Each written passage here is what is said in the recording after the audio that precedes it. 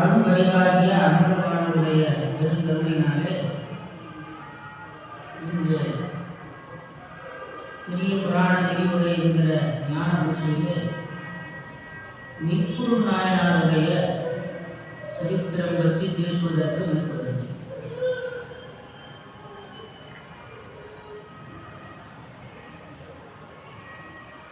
இவர் அவதாரம் பண்ணின தலமானது சேதி நாட்டு திருக்கோவலூர். சேதினன் நாட்டு வீடு திருக்கோவலூரின் மண்ணி மாதொரு பாகர் அன்பின் வழிவரு மலாட கோமான் வேதனின் நெறியின் வாயை விளங்கிட மேன்மை போன்று காதலால் ஈசற் கண்பர் கருத்தறிந்து ஏவல் செய்வார். மலாட கோமான் திருக்கோவலூர் அப்படிங்கிற ஸ்தலமானது அட்ட வீரட்ட தலங்களிலே ஒன்று. அந்தகாசுரனை சிவபெருமான் அவனுடைய கர்வத்தை அடக்கிய தலம், அந்தகாசுரனை ஜெயித்த தலம். அங்கே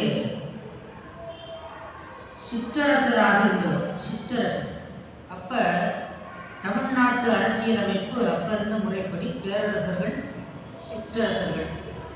சிற்றரசர் மலாடர் கோமான், மலாடர் அப்படிங்கிற வம்சத்தில் வந்தவர். வேதனன் நெறியின் வாய்மை விளங்கிட மேன்மை உண்டு. வேத நெறியிலே வாழ்ந்து வந்தவர். வேத நெறி நம்முடைய நாட்டுக்கு ஜீவனாக இருப்பது வேதம். இந்த பாரத நாட்டுக்கு ஒரு ஜீவ ஆதாரமாக இருப்பது வேதம். வேதத்தை அடிப்படையாக கொண்டது நம்முடைய பாரத நாடு. அதனாலே வேதத்திலே சொல்லப்பட்ட நீதிகள், அந்த நீதி விளங்குவதற்காக ஆட்சி செய்கின்றவர். அவருடைய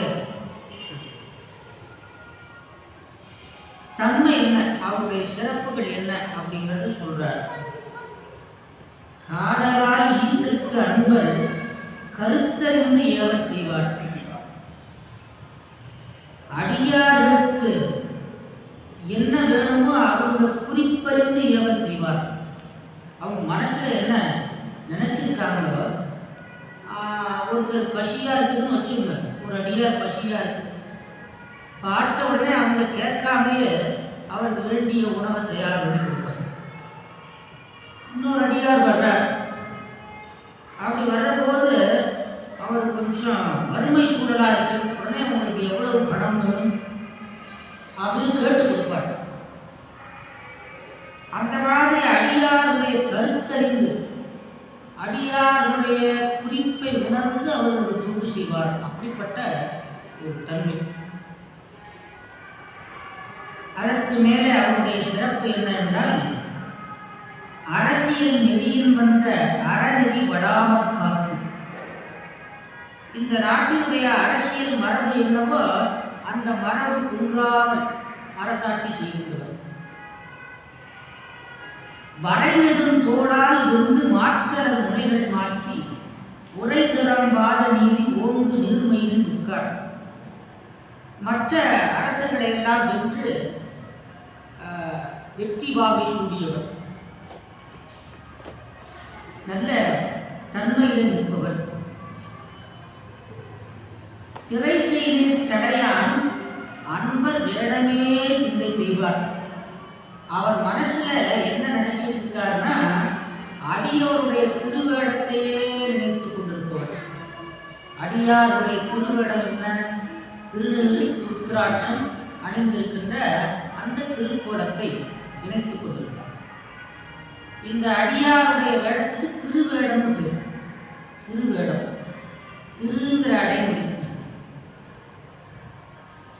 50 பவுன் நகை போட்டிருந்தாலும், வைர மோதிரம் போட்டிருந்தாலும், 40,000 ரூபாய்க்கு பட்டு சேலை ஊற்றிருந்தாலும் திருவேடம் சொல்ல முடியுமா? முடியாது.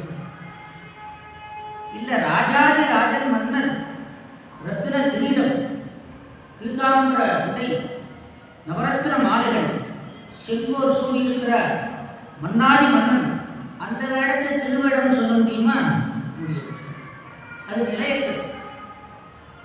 அடியவருடைய வேடம் தான் திருவேடம். திருநீறு ருத்ராட்சம், இது 2 தான். இது பூசிட்டாலே அழகு வந்துடும். சுந்தரமாவது நீர். சாதாரணமாக கொஞ்சம் திருநீரை பூசி ருத்ராட்சம் போட்டால் இயற்கை அழகு வந்துடும், எல்லாருக்கும் அழகுது. அதனால இதுக்கு திருவேடம் என்று பேர். ஒரு ராஜா பாடுறாரு, அந்த ராஜா வடநாட்டு மன்னன். எப்படி இருந்திருப்பார்? அந்த வேடத்தை அவர் தவ வேடம் என்று சொல்லவில்லை. திருநீறு ருத்ராட்சம் அணிந்திருக்கிற இந்த வேடத்தை அந்த ராஜா திருநீறு ருத்ராட்சம் அணிந்து தவ வேடத்துக்கு வந்திருந்தாரு. அவர் சொல்றாரு, இந்த மாதிரியான நான் தவ வேடம் கொள்ளாமல் அவவேடம் கொண்டு அடைந்தேனே அப்படின்னு சொல்லி பாடுறார் பத்திரகிரியார். சிவவேடம் பூண்டு தெரியாமல் அவவேடம் பூண்டுக்கு அடைந்தேன் பராபரன் அப்படிங்கிறது. அதனால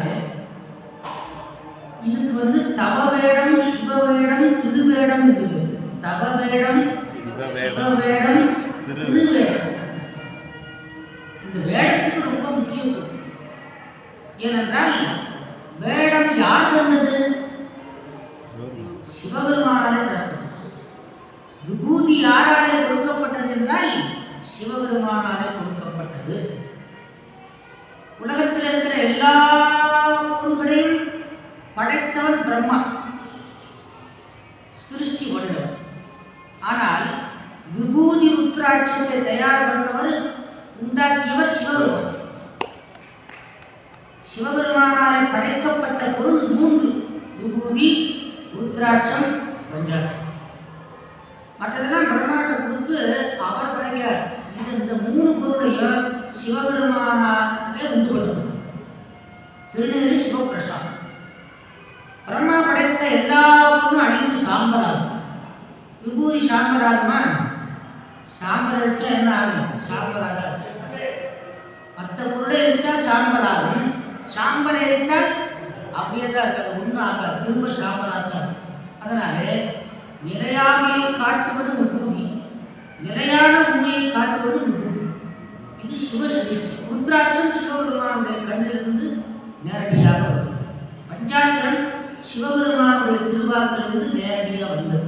அதனால இந்த 3 பொருள்களும் சிவ சின்னங்கள் என்று சொல்லப்படும். சிவ சின்னங்கள். சின்னம்னா அடையாளம், சிவபெருமானுடைய அடையாளம். இப்போ ஒரு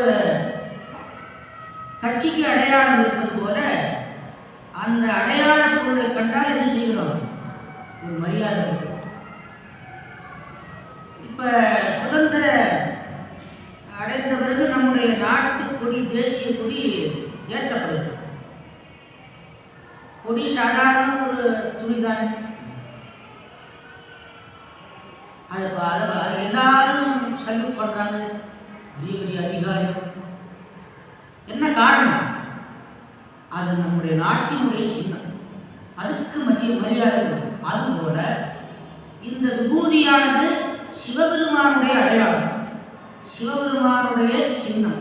அதனால இந்த வேடத்துக்கு மிக மிக மிக முக்கியத்துவம் கொடுத்து நம்முடைய சைவ சம்பிரதாயம் காக்கப்படுகிறது. அதனால அந்த வேடம் சிவ வேடம். அதை சிவஞான சித்தியார் நீகண்ட தேவர் சொல்றார் சிவஞான போதத்திலே, நேயம் மலிந்தவர் வேடம் செம்மரன் நோன்றால் சேர்விட்டா அம்மரங்கடி அன்பரோடு மறி மாறர நேயம் மலிந்தவர் வேடமும் அப்படின்னார். மலிந்தவர் வேடமும் ஆலயம்தானும் அரண்யத்துள்ளது. அறிவறியான் தனையறிய ஆஸ்தையாக்கி அங்கங்கே உயிர்க்குயிராய் அறிவு கொடுத்து அருளால் செறிதலினால் திருவேடம் சிவனுருவே ஆகும். சிவஞான சித்தியார் இந்த வரியை நல்ல கவனமாக, அறிவறியான் தனையறிய ஆக்கையாக்கி சிவபெருமான் தன்னை எல்லாரும் தெரிந்து கொள்ள வேண்டும் என்பதற்காக பக்குவமுடைய ஆன்மாக்களுக்கு தன்னுடைய வேடத்தை கொடுக்கிறார். அப்படியே சிவபெருமானாலே அந்த வேடம் கொடுக்கப்பட்டபடியினாலே திருவேடம் சிவனுருவே ஆகும். அறிவறியான் தலையறிய ஆக்கையாக்கி அங்கங்கே உயிர்க்குயிராய் அறிவு கொடுத்து அருளால் செறிதலினால் திருவேடம் சிவனுருவே ஆகும். சிவோகம் பாவிக்குமத்தால் சிவனும் ஆவார் என்பது சிவஞான சித்தியார் என்கின்ற ஒரு ஞான நோக்கு சொல்லுது. அதனால வேடம் கைதொட வீடு எளிதாம், வேடம் கைதொட வீடு எளிதாம் என்பது இந்த அப்பர் பெருமானுடைய பேசுகிறார். அந்த திருவேடத்தை வழிபாடு செய்து கொண்டிருப்பார். மனசில் அந்த திருவேடத்தையே எண்ணிக்கொண்டிருந்தார் திருநெல்வேலி. அதுக்கு மேல அரசியல் முறைப்படி சிவாலயங்கள் இருக்கிற இடத்திலெல்லாம் சிறப்பாக பூஜை நடக்கும்படி பார்த்து கொள்வார். மங்கையை பாகமாக உடையவர் மண்ணும் கோயில் எங்கனும் பூஜை நின்று ஏழிசை பாடல் ஆடல் பொங்கிய சிறப்பின் மல்க போற்றுதல் புரிந்து வாழ்வார். தங்கள் நாயகருக்கு அன்பர் தாடரால் சார்கொண்டில்லார். ஆலயங்களிலே பூஜைகள் நடக்கிறதா அப்படிங்கிறத சரியா பார்த்து கொள்வார். அந்த காலத்துலலாம் நாடகங்கள் நடத்துவாங்க. அப்போ ராஜா வருவார். அப்படி வருகிற போது ஆலயங்களிலே சிறப்பாக பூஜைகள் நடந்து வருகின்றனவா? நடந்து வருகிற சுவாமி. மற்ற அரசர்கள் எல்லாம் கப்பம் கட்டினார்களா? வேளாண்மை பயிர்கள் நன்றாக செழித்து வளர்கின்றனவா? நன்றாக இருக்கின்றன. அப்படி விசாரணை அப்படி நடக்கும். அதனால அரசனுடைய முதல் கடமை என்ன என்றால் சிவாலயங்களிலே பூஜை சிறப்பாக நடக்க வேண்டும். வழிபாடுகள் 6 கால பூஜை நடக்கும், 3 காலமாவது நடக்கணும். அதை முதல்ல கவனமா பார்க்கணும். அதனால இப்ப நம்முடைய அரசாங்கத்தில் வழிபாடுகள் நடக்கின்றனவா என்பதை ஓரளவு பார்க்குறாங்க. கும்பாபிஷேகம்னா ஓரளவு நடந்துருக்கு, இன்னும் நன்றாக செய்யணும். இந்த கோயில் எத்தனையோ கோயில் பூஜை நடக்காமல் இருக்கு, அங்கெல்லாம் நடக்க ஏற்பாடு பண்ணணும். சிவாச்சாரியார்களுக்கு சிறந்த மரியாதை கொடுத்து அவர்களுக்கு வேண்டிய உதவிகளை செய்து பூஜை சிறப்பாக நடப்பதற்கான ஏற்பாடுகளை அரசாங்கம் செய்ய வேண்டும். அதற்கு மேலே நல்ல ஓதுவார்கள் இருக்கும்படியாக அரசாங்கம் ஏற்பாடு செய்யணும். 3 காலமும் சிறப்பாக பாடுவதற்கு ஓதுவார்கள் ஏற்பாடு செய்யணும். இதெல்லாம் இருக்கணும். கரெக்டா? அப்படி இருந்தால் தான் நாடு செழிக்கும், நன்றாக இருக்கும்.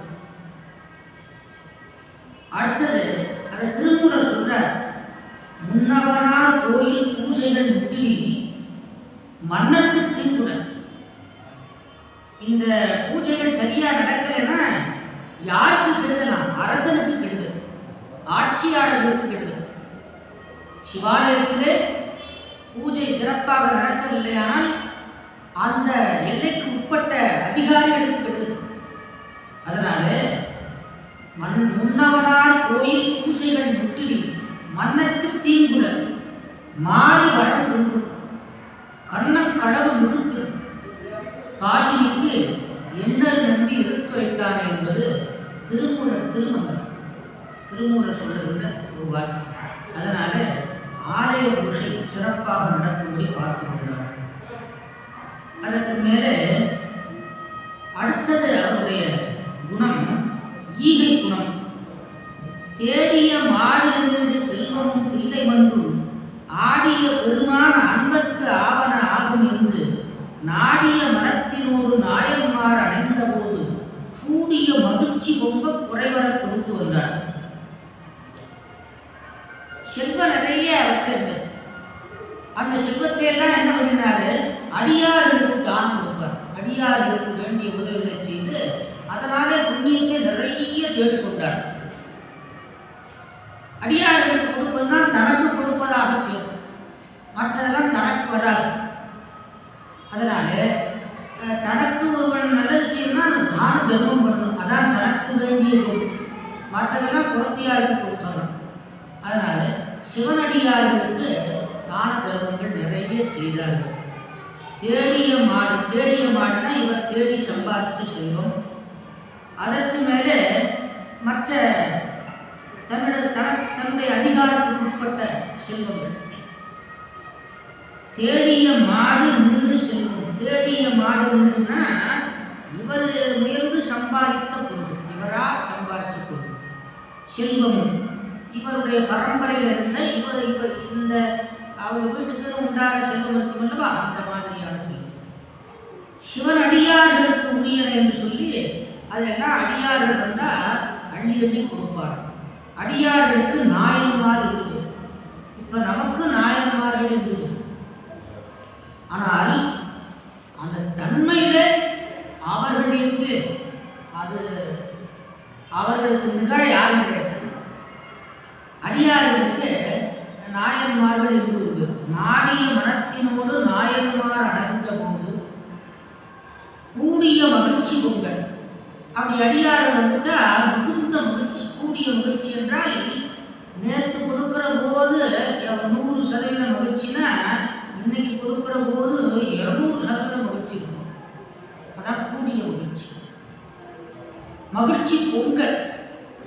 குறைவர கொடுத்து வந்தார்னா அவர்களுக்கு குறையே இருக்காது. இவர்கிட்ட வந்துட்டா அவங்களுக்கு எந்த குறையும் இருக்காது. அந்த அளவுக்கு அள்ளி கொடுத்துருவார். அதுக்கு மேல தன்னுடைய குறை நீங்கும் முடியாது. தனக்கு என்ன குறை? பிறவி ஆகிய இனி பிறவி வரக்கூடாது அப்படிங்கிற தன்னுடைய குறையும் நீங்கும், அடியாருடைய குறையும் நீங்கும். அப்படி கொடுத்து வந்தார். குறைவர கொடுத்து வந்தார், கொடுத்து உணர்ந்தார். இன்னவாறு ஒழுகும் நாளில் இந்த 4 பாடல அவரை பற்றிய ஒரு சிறப்புகள். ரொம்ப அருமையான ஒரு 4 பாடல். 4 கருத்து சொல்றாரு. முதல் கருத்து என்னன்னா, அடியார் கருத்தறிந்து ஏவர் செய்வார். 2வது அன்பர் வேடவே சிந்தை செய்வார். 3வது அடியார் தங்கள் நாயகருக்கு அன்பர் தாழலார் சார்பம் இருந்தார். ஆலயத்திலே சிவபூஷை சிறப்பாக நடக்கும்படி பார்த்து கொண்டார். அதற்கு மேலே அடியார்களுக்கு குறைவர கொடுத்து வந்தார். இப்படி 4 வகையான ஒரு சிறப்புகளை எடுத்துரைக்கிறார். இதுக்கப்புறம் அவருடைய வரலாறு தொடங்கும்.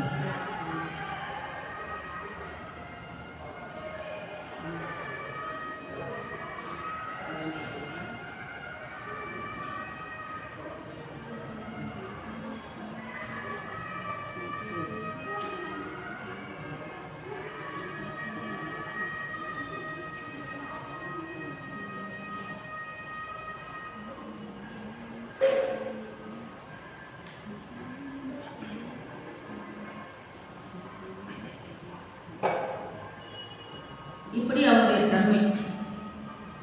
அவருடைய பக்தி எதில் இருந்ததுன்னா திருவேடத்தில் இருந்தது. இதை மறந்துவிடாது. திருவேடத்திலே மிக பிரதானமாக இருக்கப்பட்டது எதுன்னா விபூதி. பூதி என்றால் செல்வம். விபூதினா மேலான செல்வம் என்றால் உயர்ந்த செல்வம் எது என்றால் விபூதி தான். திருநூற்றுப்பதிகம் பாடுவதற்காகவே ஞானசம்பந்தர் அவதாரம் பண்ணினார். மதுரையிலே திருநூற்றுப்பதிகம் பாடுவதற்காகவே சம்பந்த பெருமான் அவதாரம் பண்ணினார். கொஞ்சம் கவனமாக எடுங்க. நம்முடைய சமயத்துக்கு இருக்கிற முக்கியமான பொருள். மதுரையில் இருக்கிற சமணர்களை வெல்ல புறப்படுகிறார். 8000 சமணர்கள். அந்த சமணர்களை ஞானசம்பந்தர் எதனாலே வென்றார் என்றால் விபூதியினாலே வென்றார். வேற மந்திரம் மாறி ஒன்றும் கிடையாது, சாம்பல். இதனாலே வென்றார். அதை அருணகிரிநாதர் சொல்றார், நீற்றால் அமராடும் சிறியோடு, நீற்றால் அமராடும் சிறியோடு. அதை ஞானசம்பந்தரே சொல்லிடுறார், ஆரம்பத்திலே சொல்லியிருக்காரு. எப்படி சொல்றாருன்னா, கோளறு திருப்பதிகம் பாடுறார் அல்லவா, கோளறு பதிகம் வேதாரண்யத்தில் பாடுகிறார். அப்படி வேதாரண்யத்தில் அப்போ அந்த பதிகம் பாடுறப்ப திருநாவுக்கரசரும் பக்கத்தில் இருக்கிறார். மாதிரி மதுரைக்கு நீங்கள் எழுந்தொரு அடியருக்கு உடன்பாடு இல்லை, ரெண்டாவது கோளும் நாடும் சரியில்லை அப்படின்னு சொன்னார் நாவுக்கரசர். அப்போது தான் கோளறு பதிகம் பாடுறார். சில பேர் அதை கோளாறு பதிகம் அப்படின்பாங்க. கோளறு பதிகம், அந்த கோளறு பதிகத்தில் 10வது பாடலில் இந்த சமணர்களையும் புத்தர்களையும் திருநீறு வெல்லும் என்று பாடுறார். திருநீறு வெல்லும், விபூதி வென்றுவிடும் என்று பாடுறார். அந்த பாடம் தெரியுமா உங்களுக்குலாம்? தெரிஞ்சிருக்குன்னு நினைக்கிறேன். புத்தலது புலலியோடு விஷயத்து நல்கு குணமாய வேடவிருதன் மத்தமும் மதியும் நாகம் முடிமேலணிந்தன் உடமே புகுந்த அதனால் புத்தருடமனை வாரி அழிவிக்கும் அண்ணல் திருநீறு செம்மை திடமே. புத்தர்களையும் சமணர்களையும் இந்த விபூதியானது வென்றுவிடும் என்று பாடுகிறார். புத்தருடமனை வாரி அழிவிக்கும் அண்ணல் திருநீறு செம்மை திடமே. அத்தகு நல்ல நல்ல அவை நல்ல நல்ல அடியாரவர்க்கு மிகவே. அப்புறம் நம்ம மதுரைக்கு போனாரா, அங்கே போன பிறகு விபூதி தான் வென்று. இவருக்கு முன்னாடியே பாடிட்டார். பூம்பாண்டியனுடைய வெப்பு நோயை தீர்ப்பதற்காக ஞானசம்பந்தர் விபூதி எடுத்தார். அவங்க என்ன பண்ணிட்டாங்க, அதில் ஏதாவது மந்திரம் இருக்கும், அதனால நீங்க வேற விபூதி எடுத்துக்கோங்க அப்படின்னு. வேற விபூதி அங்கே இல்லை வேற. அதனால மலைப்பள்ளியில் சாம்பல் இருக்கும் அல்லவா, அதை எடுத்துட்டு வாங்கன்னு சொன்னாரு. அதை கொண்டு வந்து கொடுத்தாங்க. இப்பவும் மலைப்பள்ளி சாம்பல் கொடுக்குறாங்க மதுரையில். அந்த சாம்பலை கொண்டு வந்துதான் ஆதாரம். மலைப்பள்ளி சாம்பலை கொண்டு வந்து அதை பஞ்சாட்சரம் சொல்லி திருநீறு பூசுகிறார் ஞானசம்பந்த பெருமான். மந்திரமாவது நீரு வானவர் மேலது நீரு சுந்தரமாவது நீரு துதிக்கப்படுவது நீரு தந்திரமாவது நீரு சமயத்தில் உண்டது நீரு சிந்துவர் வாயுமை பங்கன் திருவாலவாயா திருநீரே. திருவாலவாயம் திருநீரே. அது ஒரு விஷயம் இருக்கிறது, ஒரு ரகசியம். என்ன என்றால், மதுரையில் ஒரு பொல்லாத பாடம், பஞ்சமகா பாதகங்களும் பண்ணுவான். கொலை, களவு, கண்டு, காமம், பொய், குரு நிந்தை எல்லாம் அவனுக்கு வாழ்க்கை முழுவதும் அப்படி பண்ண பாதி, பெரும்பாதி. கடைசியில் அவன் என்ன பண்ணா, இறந்து போனான். யாரும் உறவினர்கள் யாரும் இல்லை, அனாதையா கிடைக்கிறான். அப்போது அங்க இருக்கிற திருநாய் என்ன வந்து கவின அந்த அவனுடைய ஆன்மா இருக்கு பாருங்க, அந்த ஆன்மாவை யமதூதர்கள் பற்றி இழுத்து கொண்டு அப்படி போகிற போது சிவகணங்கள் வந்து தடுத்தாங்க. சிவகணங்கள் தடுத்து இந்த ஆன்மாவை நாங்கள் இப்பொழுது சிவலோகத்துக்கு அழைத்து போகணும் அப்படின்னாங்க. யமதூதர்கள் கேட்டாங்க, என்னங்க உங்களுக்கு தெரியாதா, இவன் பொல்லாத பாவிப்பை, இவனை கொண்டு போய் சிவலோகத்தில் போடுற, அப்படி இல்லை, இவன் இறந்து கிடக்கிற போது ஒரு நாய் கவ்வியது, அவனுடைய தலையை கவ்வியது. அந்த நாயானது சுடுகாட்டு சாம்பல்ல புரண்டு வந்தது. அது கவ்வுற போது அந்த சாம்பல் அவனுடைய நெற்றியில் பட்டுச்சு. அதனால இறக்கும் தருவாயில் கடைசி நேரத்தில் நெற்றியில் விபூதி இருப்பதனால இவன் செய்த பாவம் எல்லாம் நீங்கிவிட்டது, சிவலோகத்துக்கு போக தகுதி வந்துச்சு. புரியுங்களா? எங்களுக்கு தெரியாது, மன்னிச்சுங்க அப்படின்னு சொல்லி விட்டுட்டாங்க. அவன் சிவலோகத்துக்கு கொடுக்கணும். இது கடம்பவன புராணத்தில் வருது. ஒருத்தன் எவ்வளவுதான் பாவம் தெரிஞ்சே செஞ்சிருந்தாலும் திருவாலவாயாம் திருநீரே அப்படின்னு பூசிட்டான்னா அவனுக்கு மோட்சம் உண்டா, பாவம் எல்லாம் நீங்கிடும்.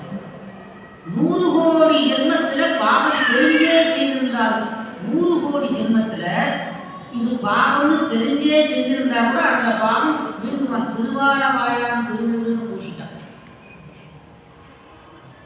சொல்றது கடம்பவன். எண்ணீர் பூசினும் எண்ணீர் பூசினும் தென் ஆலவாயாம் திருநீரு என்றே பூசினும் 100 கோடி சரணத்து அறிந்து செய்த கொடும்பாவம் தீரும். 300 வலுத்தவர் நவனையும் காணார் முடிவில் முக்தி சேர்வர் நன்னீரு தலை அறிந்தோர் சிலவனுக்கு நபிவாங்க என்பது அந்த கடம்பவனம். அங்கு யமலோகத்துக்கு துர்வாச முனிவர் போனார். துர்வாச முனிவர் போன உடனே இது இன்னொரு கதை.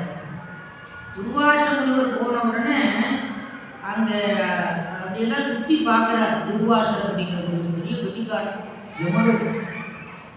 அப்படி சுற்றி பார்த்துட்டு வர்ற போது ஒரு இடத்துல பெரிய கூட்டம், அங்கே எல்லாம் தண்டனை கொடுத்துட்டு இருக்கான் யமதூதர்.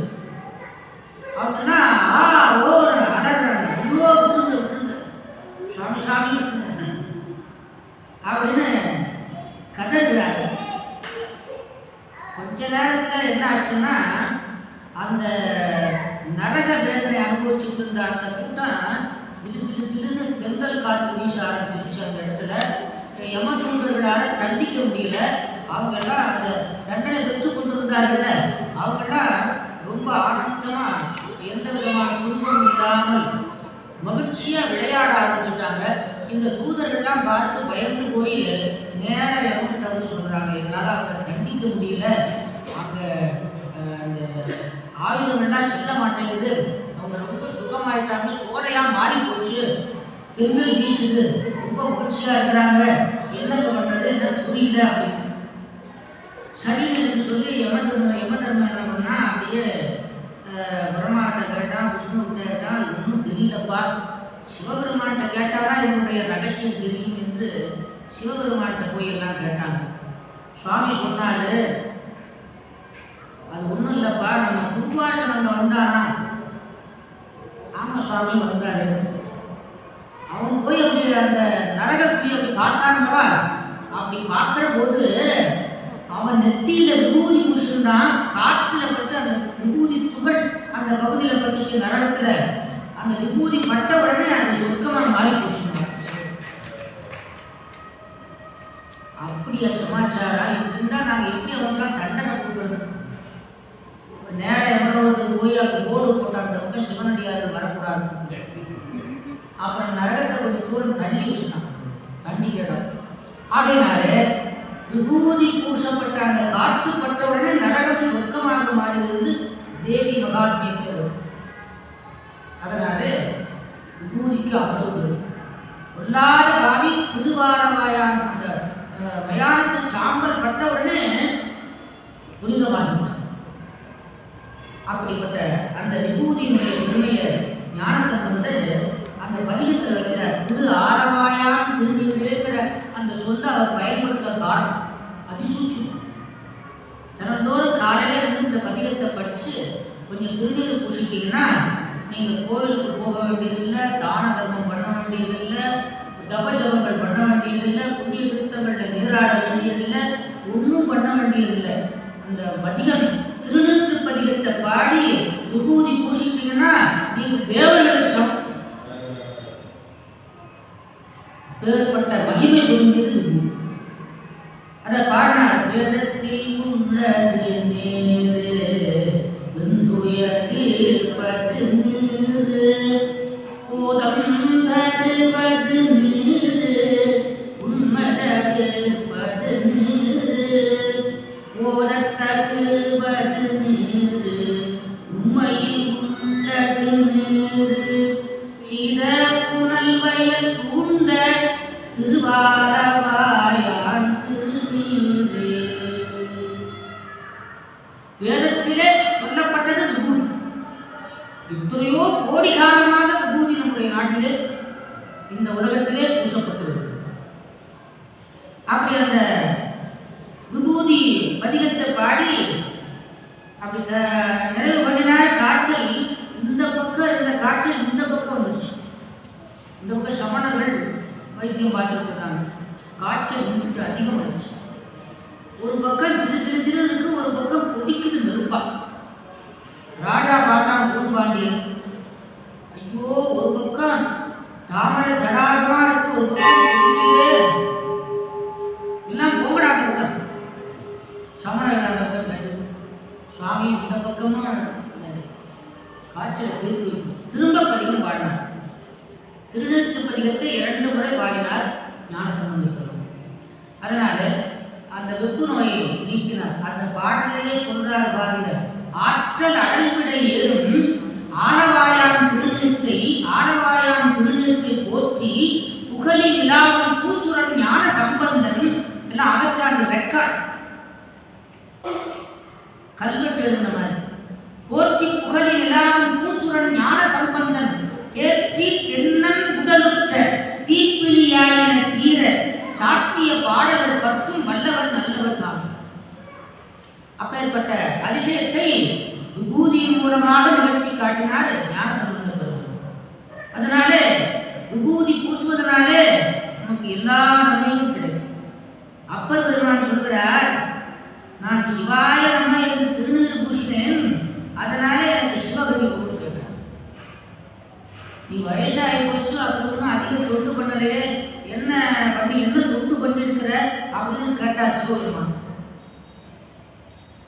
மோட்சம் கிடைக்கனா நிறைய தொண்டு பண்ணணும்பா, நீ என்ன தொண்டு பண்ணியிருக்கிறன்னு கேட்டார். அப்படி கேட்டபோது திருநாவுக்கரசர் சொல்றாரு, சிவாய நம என்று திருநீறு பூசினேன், எனக்கு சிவகதி கொடுங்க. அப்ப சிவாய நம என்று திருநீறு பூசினால் சிவகதி கட்டாயம். அவர் சொல்றார், நம்ம குருநாதர் சொல்றார். குருநாதர் போய் சொல்லுவாரா? கைலாயத்திலிருந்து வந்தவர் நாவுக்கரசர். தன்னுடைய வாழ்நாள் முழுக்க தொண்டு செய்தவர். ஆலயத்திலே நிறைய தொண்டு செய்தவர், உணவார பணி செய்தவர், தேவாரம் பாடிக்கொண்டே இருந்தவர். அவர் சொல்றார், கேளுங்க. கருவாய் கிடந்து உன் கடலே நினையும் கருத்துடையே உருவாய் தெரிந்து உன்றன் நாமம் பயின்றேன் உனது அருளால் திருவாய் பொலிய. தன்னுடைய வாக்க திருவாக்குன்னு சொல்றார். ஏன் பஞ்சாட்சரம் சொல்றபடினாலே திருவாய் ஒலிய சிவாய நம என்று நிரணிந்தேன் தருவாய் சிவகதினி பாதிரி புலியூர் அரணே.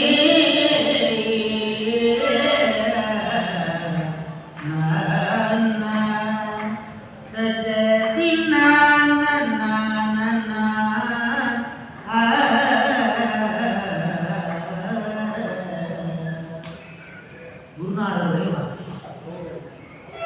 அதனாலே தினந்தோறும் விபூதி சிவாய நம என்று பூசணும். கடைசி நேரத்தில் அப்படி வராது.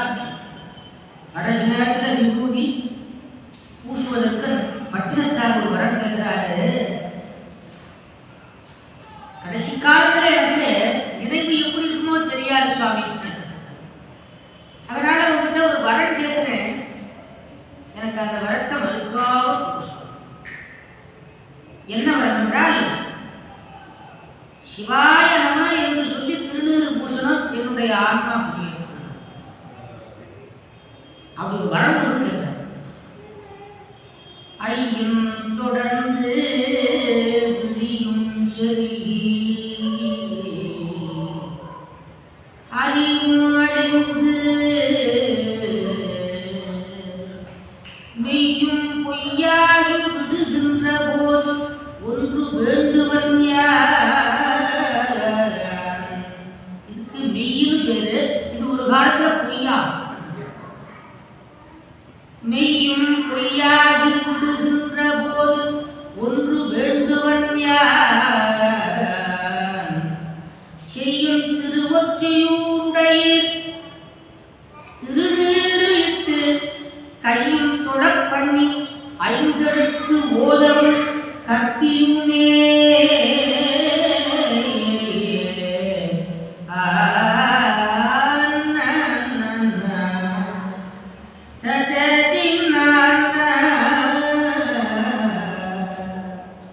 இவர் என்ன படிக்காதவர், அஞ்செழுத்து படிச்சவர். அந்த நேரத்துக்கு அந்த புத்தி வரும். அதுக்காக கேட்கிறார், கேட்டு வச்சுக்கிறார். மெய்யும் பொய்யாகி விடுகின்ற போது ஒன்று வேண்டுவன் யார். செய்யும் திருவொற்றியூருடைய திருநீறு இட்டு கையும் தொழப் பண்ணி ஐந்தெழுத்து ஓதவும் கற்பியுமே.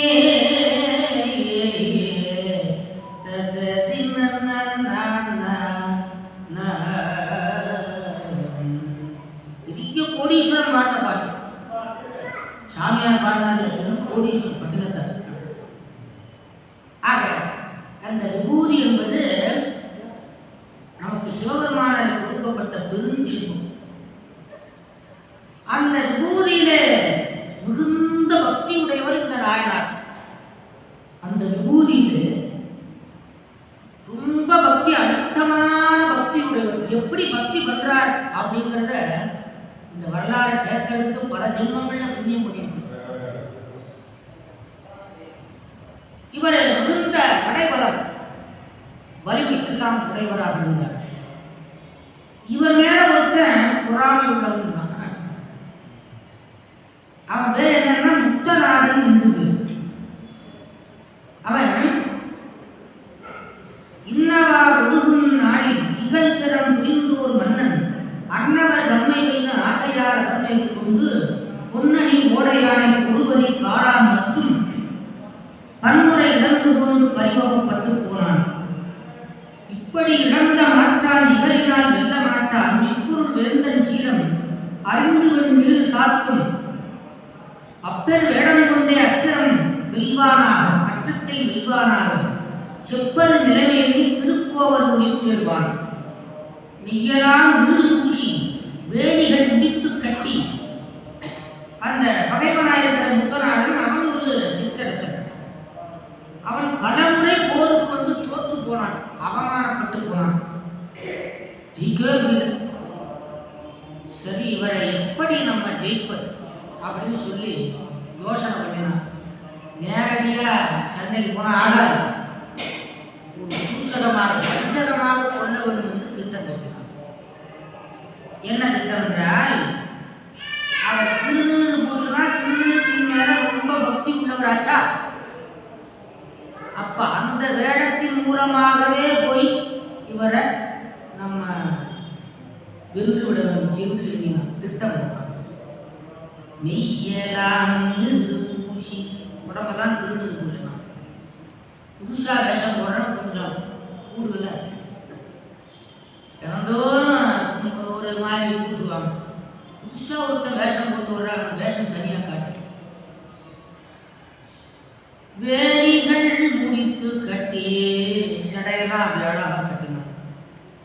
கையினர் படை கடந்த புத்தக கவளி ஏந்தி ஒரு ஓலைச்சுவடி எடுத்துட்டான். அந்த ஓலைச்சுவடிக்குள்ள வளவளன்னு ஒரு கத்தி வச்சுக்கிச்சு. அப்படி புத்தகத்தை வச்சு கையினர் படை கடந்த புத்தக கவளி ஏந்தி மைப்பொதி விளக்கே என்ன மனத்தினுள் கருப்பு வைத்து பொய்தவ வேடம் கொண்டு புகுந்தனன் முத்தநாதன்.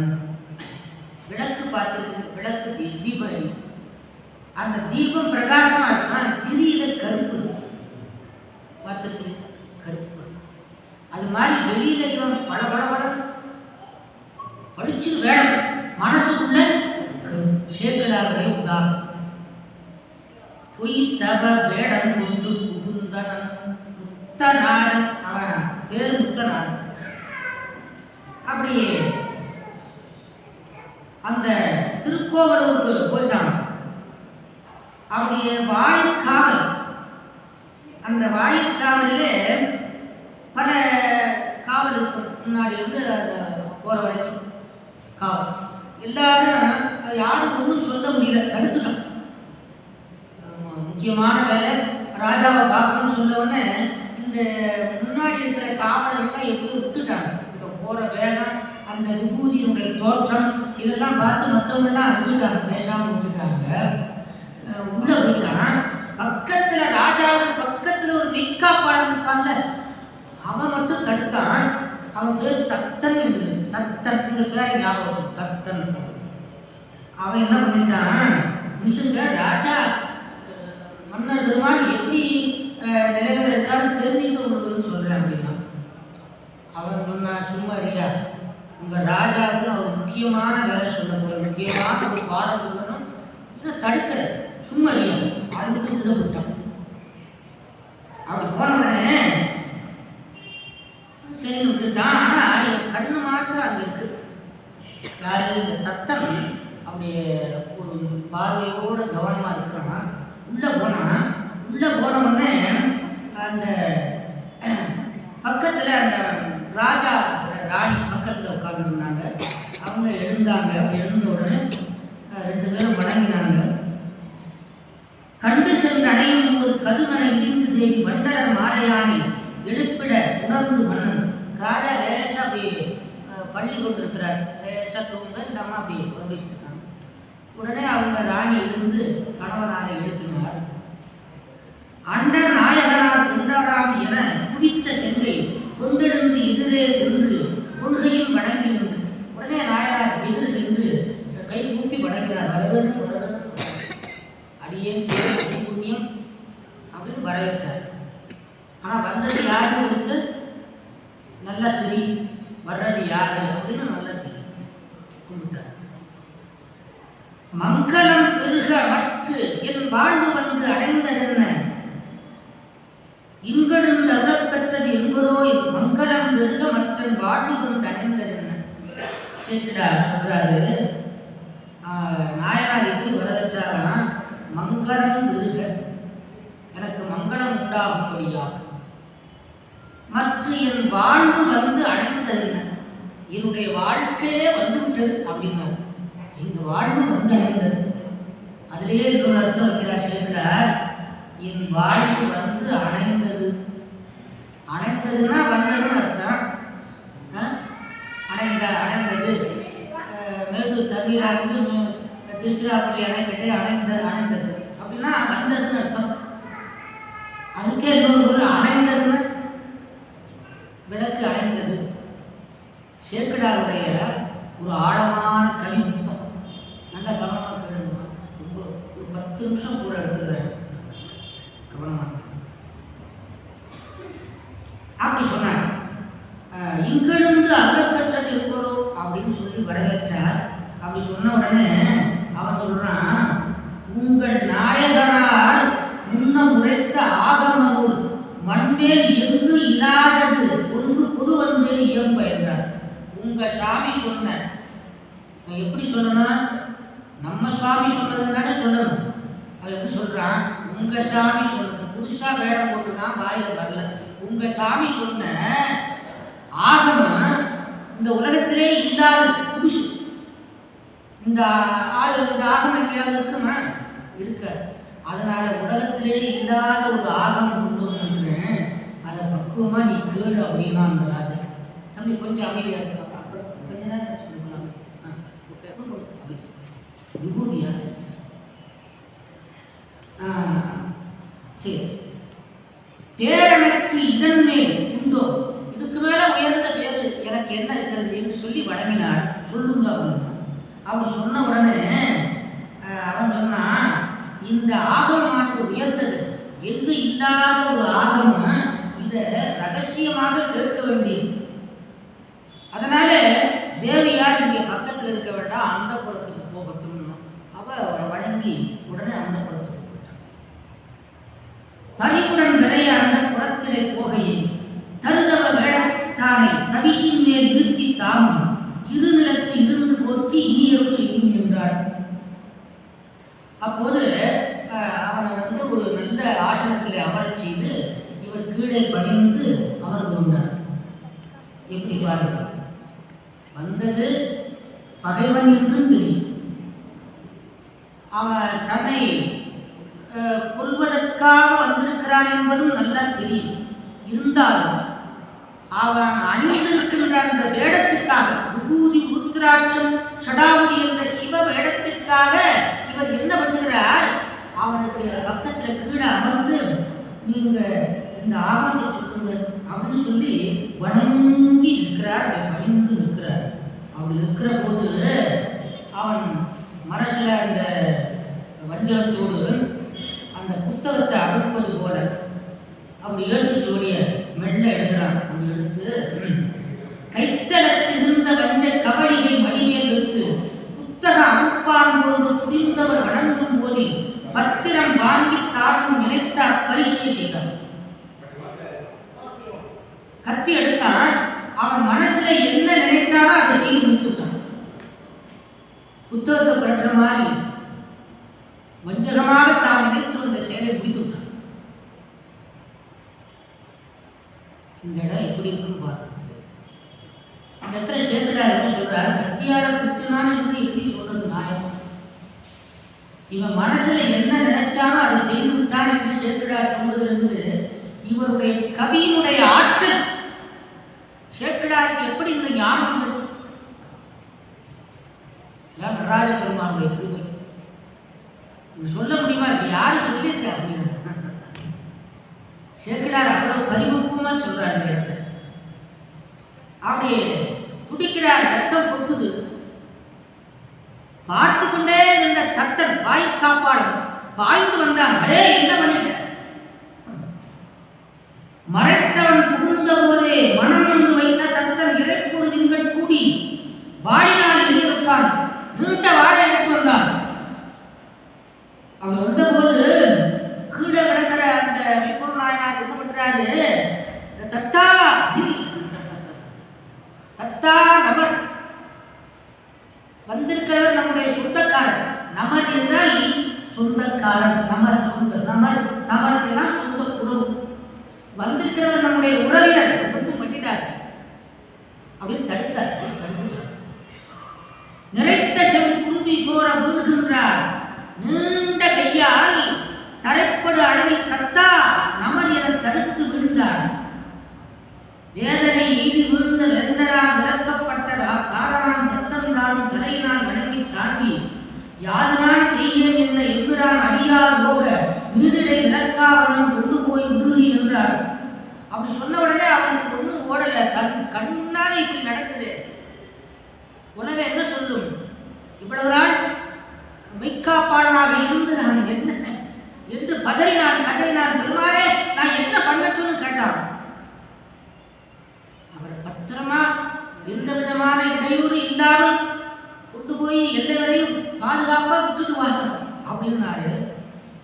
அவன் தாங்க முடியாத துயரத்தை மனதுக்குள்ளே தாங்கிக் கொண்டு மன்னனுடைய கட்டளையை சிறமேற்கொண்டு அந்த அடியவர் முன்னே போக, முத்தநாதன் முன்னே போக, இவர் வாடை எண்ணிக்கொண்டு பின்னே செல்கிறார். அரசனுடைய உத்தரவு. ஜனங்கள்லாம் கூடிட்டாங்க. விடுங்க, அவனை தண்டிக்கணும் என்று மக்கள் கூடினார்கள். அத்தரை அறிந்தாரெல்லாம் அரசனை தீர்ந்து செய்த புத்தவன் தன்னை கொள்வோம் எனக்குடை சூழ்ந்த போது தத்தன அவரை எல்லாம் தடுத்துடன் கொண்டு போவான். இத்தவன் போகப்பெற்றது இறைவனது ஆணை என்றான். இது மன்னருடைய ஆணை, நீங்கள் ஒதுங்குங்கள் அப்படின்னு பத்திரமா கொண்டு போய் அந்த ஊர் எல்லையை தாண்டி விட்டுட்டு மிகுந்த வேகத்தோடு ஓடி வருகிறான் தத்தன். அவ அப்படி அவர்களெல்லாம் அஞ்சிய அகன்று நின்ற செவ்விய நெறியில் தத்தன் திருநகர் கடந்து போந்து கைவடி நெடுவாள் இயங்கி ஆளுரா காணஞ்சேர வெவ்விரை கொடியோன் தன்னை விட்டபின் விழுந்து போந்தான். மற்றவன் கொண்டு போன வஞ்சனை வேடத்தான் செற்றவர் தம்மை நீக்கி தீதிலா நெறியில் விட்ட சொற்றரன் கேட்க வேண்டி சோர்கின்ற ஆவி தாமும் கொற்றவன் முன்பு சென்றான். கோமகன் குறிப்பில் நின்றான். அப்படியே வேகமா ஓடி வந்தான். நாயனார் அந்த துடித்து கொண்டு அப்படி உயிரை தாங்கி கொண்டு இருக்கிறார். என்ன காரணம் என்றால் அவர் அந்த அடியவர் பத்திரமா போய் சேர்ந்துட்டாரா அப்படிங்கிறத கேட்கறதுக்காக காத்து கொண்டிருக்கிறாராம். அப்படி சிவநாமத்தை சொல்லிக் கொண்டு அப்படி தாங்கி கொண்டு துடித்து கொண்டிருக்கிறார். பக்கத்துல தேவியார், தன்னுடைய மகன் இளவரசன், மற்ற அமைச்சர்கள் எல்லாம் கூடி நிற்கிறாங்க. ஓடி வந்தான். வந்து வணங்கி நின்றான். தத்தன் வணங்கி நின்றான். பெருமானே, பத்திரமா கொண்டு போய் விட்டுட்டேன் சுவாமி என்று கூப்பிட்டான். அப்படி கும்பிட்ட போது நாயனார் என்ன பண்ணாரு? சென்றடி வணங்கி நின்று செய்தவ வேடம் கொண்டு வென்றவர்க்கு இடையூறின்றி உத்தரன் என்று கூற இன்றெனக்கு ஐயன் செய்தது யார் செய்ய வல்லார் என்று நின்றவன் தன்னை நோக்கி நிறைவெறும் கம்மை கூர்ந்தார். முதுக தடவி கொடுக்கலாம் நினைக்கிறார். ஆனா வேகம், இன்னைக்கு நீ செய்தது போல யாரும் செய்திருக்க முடியாது. திருவருள் நிறைய உண்டாகட்டும். நீ இத்தனை காலமா எனக்கு செய்த அந்த உதவியில இது பெரியது என்று இன்று எனக்கு ஐயன் செய்தது யார் செய்தார் என்று அப்படி சொல்லிட்டு கண்ணை மூடுகிறார். அப்போது எல்லாரையும் பார்த்து ஒரு வார்த்தை சொல்றார். மற்ற மனைவி பிள்ளைகளெல்லாம் பார்த்து, அமைச்சர்களெல்லாம் பார்த்து சொல்றார். என்ன சொல்றாருன்னா, கடைசி நேரத்துல என்ன சொல்றார் என்றால், அரசியல் ஆயத்தார்க்கும் அழிவுறும் காதலார்க்கும்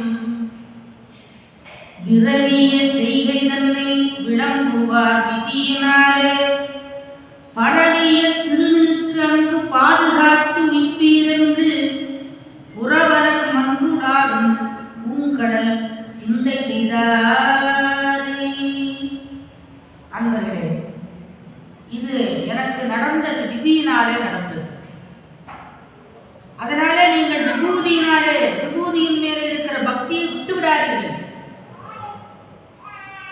திருநீற்றின் மேலே இருக்கிற பக்தியை நாடும் நாடும் வளர்த்து சிவனுடைய அருளை பெறுவீர்களா என்று எல்லாரும் கேட்கும்படியாக சொல்லி சுவாமியுடைய திருவடியை நினைக்கின்றார்.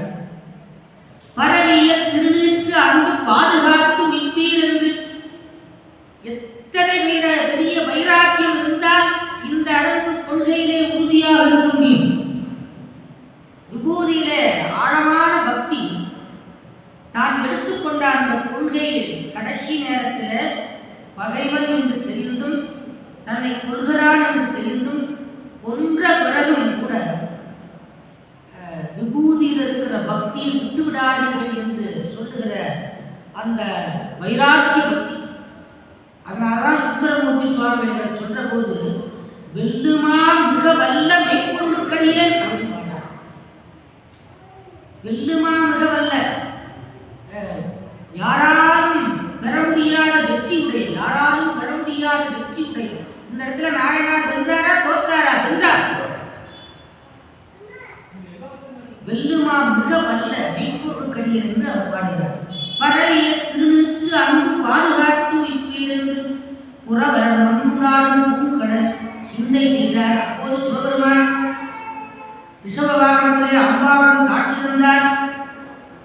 அந்த சுவாமியானவர் மேலதீட்சி நல்கி, அன்பரே, நீ நம்முடைய திருவடி நிழலை அடைந்து எப்போதும் அன்பினாலே நம்மை வணங்குகின்ற, நம்மை கும்பிடுகின்ற அந்த இரவாத பேரின்ப வாழ்வை அடைவாயாக என்று சிவபெருமான் அனுகிரகம் பண்ணார். தொண்டனார்க்கு இமயப்பாவை துணைவனார் அவரும் தம்மை கண்டவார் எதிரே நின்று காட்சி தந்தருளி மிக்க அண்டவார் கொண்டவார் இடையராமன் குங்குதும் கொள்கை ஈந்தார் இன்னுயிர் செதுக்க கண்டும் எம்பிரான் அன்பர் என்றே. இப்படி எல்லாரும் பார்க்கும்படியாக அவருடைய ஆன்மாவானது ஒளிமயமாக சிவபெருமானுடைய திருவடியின் நிழலை கிடைக்கிறது. விபூதிக்காக இவர் எல்லாரும் விபூதியினுடைய பெருமையை சொல்ல, இந்த நாயனார் விபூதிக்காக தன்னுடைய உயிரையே கொடுத்தார். அப்பேற்பட்ட பெரும் தியாகம் உடையவர், தியாகம் செய்தவர் மெய்ப்பொருள் நாயனார். திருமுறைகள் சொல்ல விபூதியினுடைய பெருமைகளை சொல்லி வர, இது 11 திருமுறைகளும் இலக்கணம். இது இலக்கியம், பெரிய புராணம் இலக்கியம் செய்து காட்டி. இப்படி ஒரு இலக்கியம் எந்த சமயத்திலும் கிடையாது. 11 திருமுறைகளும் அந்த இலக்கணத்தை சொல்லுகிறது, விபூதி பெருமையை சொல்லு. ஆக அப்படியே நடத்தி காட்டியது நாயன்மாரின் வாழ்க்கை. ரொம்ப அற்புதமான ஒரு அமைப்பு திருமுறை. விளக்கு போடுங்கன்னு திருமுறை அப்படி சொல்லிட்டு வருது. 11 திருமுறை. தண்ணீர்ல விளக்கு எரித்தா,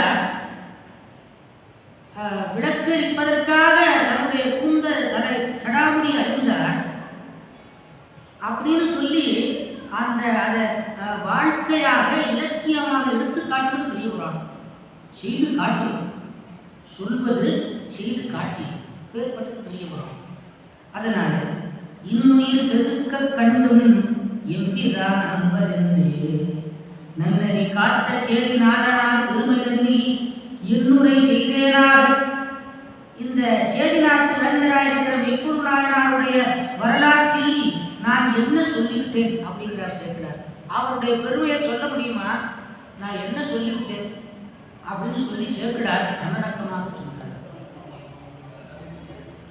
செய்தேனாக இதழ் விரன் நின்ற தொட்டால் சென்னி வைத்து அவரும் செய்த திருத்தொண்டு செப்பலுற்றேன் என்று சேர்க்கிறார் பெருமான் இந்த நாயனாருடைய வரலாற்றை மிகுந்த பயபக்தியோடு பாடுகிறார். அதனால அவர் சொன்ன அறிவுரை என்ன என்றால், திருநூற்றில் இருக்கிற பக்தியை விட்டு விடாதீர்கள். அதனால மிகுந்த ஒரு தியாக வரலாறு. விபூதி தினந்தோறும் நாம் அணிவது நல்லது. தினந்தோறும் விபூதி பூஷம். விபூதி பூசி இருக்கிற அடியார்கள் வணங்குவது.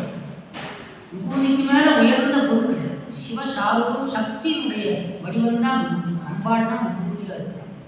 சிவனுடைய அருள் தான் விபூதியாக இருக்கிறார். சிவனுடைய அருள் விபூதியாக வளர்கிறது.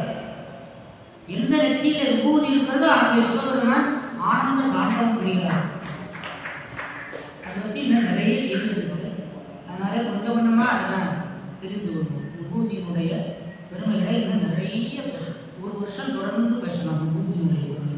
அவ்வளவு அத்தகைய உயர்ந்த திருநெல்வேலிக்கு சிவபெருமான் இந்த பிறவியில் அப்படி வாய்ப்பை கொடுத்துருக்கிறார். ஆகையினாலே அந்த விபூதி பூசும்போது மெய்ப்பொருள் நாயனாரை நினைவு பூசும். திருவாரவாயாம் திருநீறு என்கின்ற அந்த பதிகத்தை, திருநூற்று பதிகத்தை பாடி அப்படி திருநீறு பூசும். இப்படி பூசினால் நம்மை விட வேறு பெற்றவர்கள் யாரும் கிடையாது. முக்தி தருவது நெல், நமக்கு முக்தியை தருவது விபூதி என்று ஞானசம்பந்த பெருமான் கவனிச்சுகிறார். தொடர்ந்து திருநீறு பூசி நம்மை சார்ந்தவர்களின் திருநீறு பூச வைத்து அவருடைய அருளை நிரம்ப பெறுவோம் என்று சொல்லிக்கொண்டு இந்த அளவில் இந்த உரையை நிறைவு செய்கின்றேன். இந்த வரலாற்றை கேட்ட உங்கள் அனைவருக்கும் சிவபெருமான் திருவருள் நிறைய கிடைக்கும் என்று பிரார்த்தித்து விடைபெறுவது. திருச்சிற்றம்பலம். நம்ம பார்வதி பதையே